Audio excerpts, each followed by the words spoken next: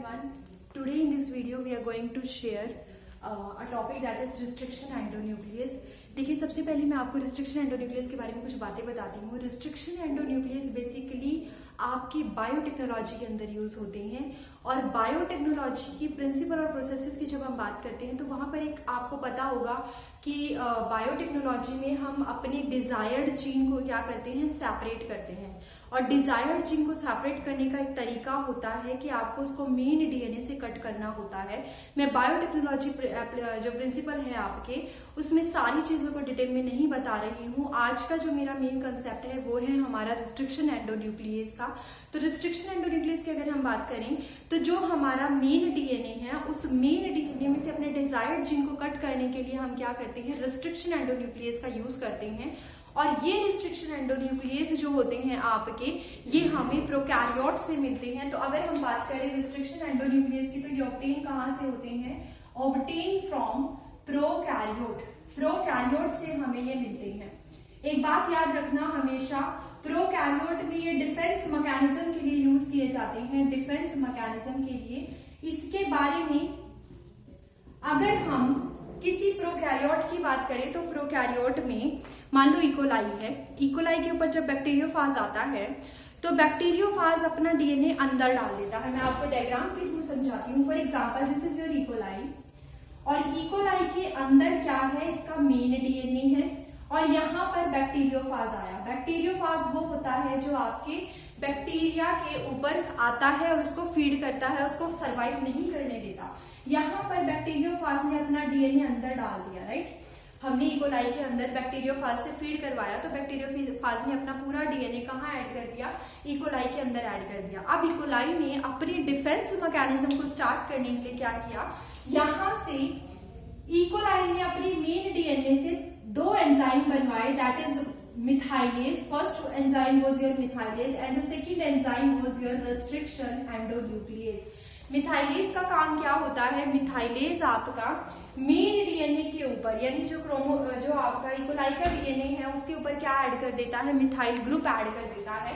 Methylase यहाँ पर methyl group add कर देता है और जैसे ही यहाँ पर ये मिथाइल ग्रुप ऐड करता है, ऐसी कंडीशन में रिस्ट्रिक्शन एंडोन्यूक्लियस वहां पर काम नहीं कर पाता, क्योंकि रिस्ट्रिक्शन एंडोन्यूक्लियस की सबसे बड़ी रिक्वायरमेंट ये होती है कि उसे मिथाइलेज अनमिथाइलेटेड डीएनए पर काम करना होता है। ये कहाँ काम करता है, ये ऑलवेज काम करता है आपका अनमिथाइलेटेड डीएनए के ऊपर काम करता है, ठीक है, वर्क ऑन अनमिथाइलेटेड डीएनए। तो अब जो बैक्टीरियोफाज का डीएनए आया है वो तो क्या है, अनमिथाइलेटेड है। ऐसी कंडीशन में ये उस डीएनए को क्या कर देगा, चॉप कर देगा, ब्रेक कर देगा छोटे छोटे टुकड़ों में, और जिसकी वजह से बैक्टीरियोफाज की क्या हो जाएगी, डेथ हो जाएगी। बैक्टीरियोफाज क्या कर जाएगा, डाई कर जाएगा। जो आपके आर्बर और स्मिथ जी थे, साइंटिस्ट थे, उन्होंने 1963 में सबसे पहले इसकी डिस्कवरी की थी। 1963 में किसने डिस्कवरी की थी, आर्बर एंड स्मिथ, उन्होंने सबसे पहले इसकी डिस्कवरी की थी। फिर नोथन जी आए थे, उन्होंने इनका नोमेनक्लेचर किया था, राइट।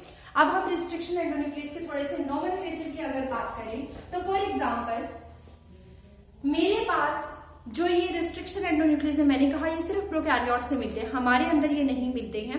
तो अगर मैं रिस्ट्रिक्शन एंडोन्यूक्लियस को हमारे अंदर इंट्रोड्यूस करवाती हूँ तो मेरे डीएनए को ये क्या कर देंगे, चॉप कर देंगे, छोटे छोटे पार्ट्स में डिवाइड कर देंगे, राइट। तो यहाँ पर रिस्ट्रिक्शन एंडोन्यूक्लियस जितने भी होंगे वो सारे हमें प्रोकैरियोट से मिलते हैं और इसमें कुछ एग्जाम्पल आपको याद रखने होते हैं। फॉर एग्जाम्पल हमारे पास एक बेस्ट एग्जाम्पल है इको R1।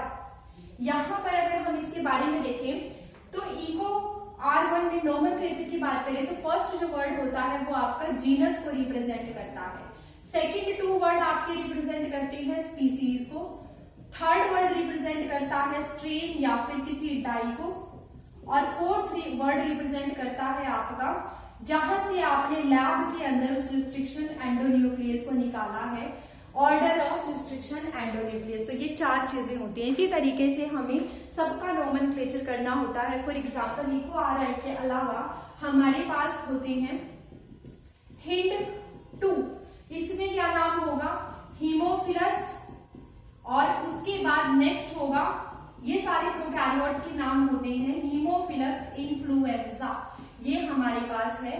हिंट 2 का पूरा नाम। उसके अलावा थर्ड की अगर हम बात करें, फॉर एग्जाम्पल BAM-H1, BAM-H1 की अगर हम बात करते हैं तो इसमें आता है बेसिलस, और AN का मतलब होता है एमाइलो लिक्विफेशियन, ये हमें मिलता है BAM-H1। ठीक है, तो इतना याद रखना कि हमेशा जो आपके पास नोमेनक्लेचर होता है वो उसमें पहला जीनस, सेकंड स्पीसीज।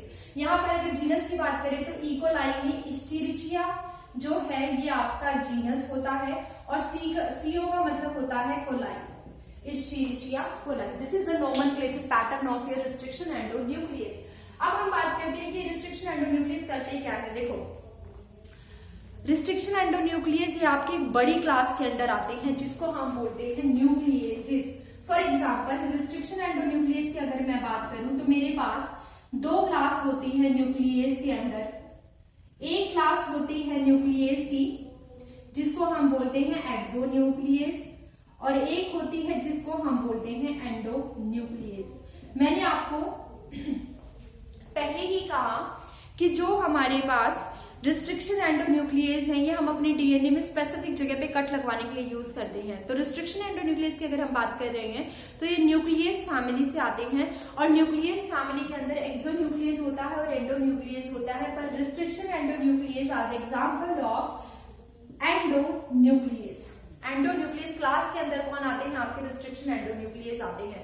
एक्सोन्यूक्लियस वो होते हैं जो आपके डीएनए पे कट लगाते हैं आउटर साइड में। For example this is your DNA, again I am writing DNA. तो यहाँ पर जो ये डीएनए है, जब ये एक्सोन्यूक्लियस आपके डीएनए के आउटसाइड पे कट लगाता है, यानी एंड पार्ट्स पे कट लगाता है, तो ये होते हैं exonuclease.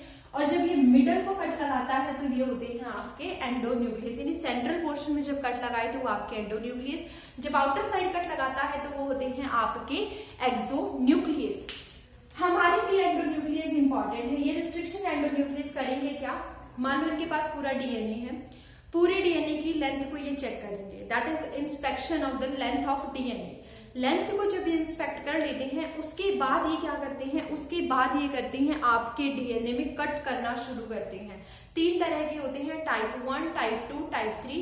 Most commonly used endonuclease जो होते हैं वो हमारे होते हैं टाइप 2। क्यों होते हैं टाइप 2 सबसे ज्यादा कॉमन यूज?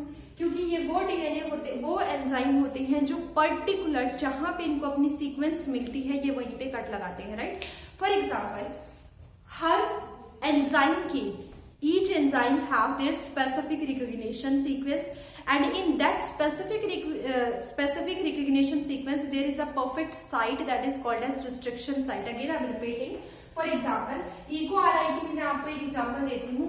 EcoRI की जो रिकग्निशन सीक्वेंस होती है वो GAATTC होती है 5 प्राइम से 3 प्राइम, और यहाँ पर 3 प्राइम से 5 प्राइम का क्या बनेगा?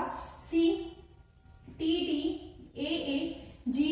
ये इसकी पैलिंड्रोमिक सीक्वेंस है। पैलिंड्रोमिक सीक्वेंस का मतलब होता है अगर आप दोनों स्टैंड पर सीक्वेंस को दोनों साइड से पढ़ते हो तो वो सेम ही आती है। फॉर एग्जांपल योर मलयालम को अगर आप दोनों साइड से रीड करते हो तो वो आपका सेम ही आता है। इसको हम बोलते हैं पैलिंड्रोमिक सीक्वेंसेस। ये पैलिंड्रोमिक सीक्वेंस क्या है? This is the recognition sequence for your EcoR1। इसको हम बोलते हैं रिकग्निशन सीक्वेंस। किसकी ये रिकॉग्निशन सीक्वेंस है? ये आपकी रिकॉग्निशन सीक्वेंस है EcoR1 की। और यहाँ पर रिस्ट्रिक्शन साइट क्या है? Restriction site are present between G and A। This is your restriction site. यहाँ पर ये इसकी रिस्ट्रिक्शन साइट होती है जहां पर ये कट लगाता है, ठीक है। आई होप आपको ये चीज समझ आई होगी। इसी तरह हमारे पास हिंड के लिए भी उसकी रिस्ट्रिक्शन साइट होती है, और इसी तरह हमारे पास BAM-H1 के लिए भी उसकी स्पेसिफिक रिस्ट्रिक्शन साइट होती है। अब यहाँ पे कट लगा लेने के बाद ये आपको 2 तरह के एंड्स दे सकता है। अगर ये मिडल से कट लगाता है तो ये आपको ब्लंट एंड या फ्लश एंड्स देता है, लेकिन अगर ये साइड से कट लगाता है तो ये आपको स्टिकी एंड्स देता है। फॉर एग्जाम्पल EcoR1 के केस में हमें क्या मिले हैं? स्टिकी एंड्स मिले हैं, स्टिकी एंड्स। यहां से देखो ये हमें क्या मिला है? एक एंड मिला है, सॉरी यहां से हम अगर देखें तो हमें एक एंड ये मिला है और दूसरा एंड हमें ये वाला मिला है। तो ये क्या है? हमारे पास स्टिकी एंड्स है। स्टिकी एंड्स में आपके पास ब्रेक डाउन हुआ है। एक बात और याद रखना, रिकग्निशन एंड रिस्ट्रिक्शन एंडोन्यूक्लियस जो होते हैं आपके, ये हमेशा शुगर फॉस्फेट बैकबोन को क्या करते हैं? तोड़ते हैं। शुगर फॉस्फेट बैकबोन को बॉन्ड जो होता है इनके बीच में उसको ब्रेक करते हैं। हाइड्रोजन बॉन्ड को ये ब्रेक नहीं करते, क्योंकि हाइड्रोजन बॉन्ड अपने आप नॉर्मल टेम्परेचर पर बनते टूटते रहते हैं। इसलिए फॉस्फोडाइएस्टर बॉन्ड को ब्रेक करने का काम किनका होता है? रिस्ट्रिक्शन एंडोन्यूक्लियस का होता है। स्टिकी एंड्स हमें कहाँ मिलते हैं? इनको R1 में। अगर हम हिंड 2 की बात करें तो हिंड 2 हमारे पास क्या देता है? ये हमें हिंड 3 जो होता है वो हमें देता है ब्लंट एंड्स। हिंड 3 हमें ब्लंट एंड्स देता है, फ्लश एंड्स देता है, और हिंड 2 भी हमें कैसा देता है? ये हमें देता है स्टिकी एंड्स। हिंड 2 हमारा फर्स्ट एंजाइम था, फर्स्ट रिस्ट्रिक्शन एंजाइम था जो डिस्कवर हुआ था।